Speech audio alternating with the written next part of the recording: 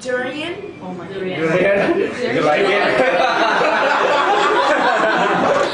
I love Malaysia, but I don't like that.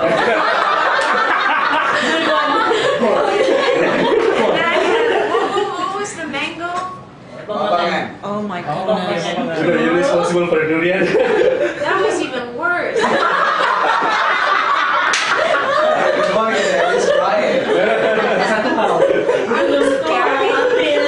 They gave you some interesting stuff to try. I mean, Yeah, but we do actually have good I'm food. calling my lawyer right now. We're gonna see.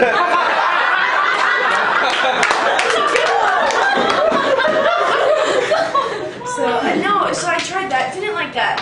But no, I'm a huge fan of even Asian food when I'm back in the States. Like my mom always gets mad at me. I'm like, let's do Chinese. Let's do let's do all these Asian food. And she's like, can we just have Subway like every once in a while? Because I love different types of food, and so I came here. And what I love about Malaysia is the chili sauce. It's so strong, so spicy. But you know the people that I'm with, like my team and everybody, we get some rice and some chicken. I'm like, oh, I put just a tiny bit of that sauce because it's so spicy. They're just putting gallons and gallons of that sauce and putting it on there. But I really love the chili sauce. I think that'd be my favorite. I happened to see on YouTube you singing "Proud to Be an American" at 5. Yeah, I saw that. It's pretty good. Oh, You obviously didn't have any training back then, right? Oh, no. You've never had. So, Nothing. is everybody in your family musically inclined? Well, my sister plays the piano and she's into music. My brother a little bit, but my mom and dad not so much. My mom was a theater geek when she was younger. She was involved in a lot of theater and just loved all that. But my dad was actually a big athlete. He was never really involved in music, and still today isn't really. Your brother is actually the one who posted the paparazzi video, is it? See now, all the press is wrong about that. Okay. I posted the video. Oh, okay. Don't be shy, KK.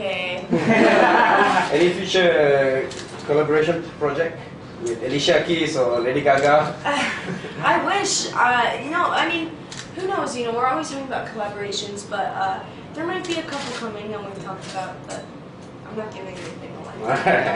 How do you feel when people compare you to Justin Bieber? Oh, I'm actually quite flattered by the comparisons. I get asked that question a lot, and people are like, "Oh, it must be so tiring," and I'm like, "No, not really." Like it's, I think everybody thinks it's a competition, and it's really not. We sing two completely different types of music. I've met Justin, and I'm a huge fan of his work, but you're always going to be compared. So where after Southeast Asia? Well, I'm going to go back to LA, and I have a couple gigs back in LA, and then it's Christmas. Can't never forget about Christmas. No, I'm actually missing Thanksgiving in America, and so I've developed some plates of turkey and some sweet potato crunch for me back home. I'm like, grandparents, keep me a plate of turkey, please, all white meat, in your fridge. And any difference between the fans? I mean, I'm sure people always ask you that because based on different cultures, right? What do you think of the fans here as opposed to the ones in the States? The ones in America, they're both very crazy. Here they're very smart here. It's very funny. They're so smart.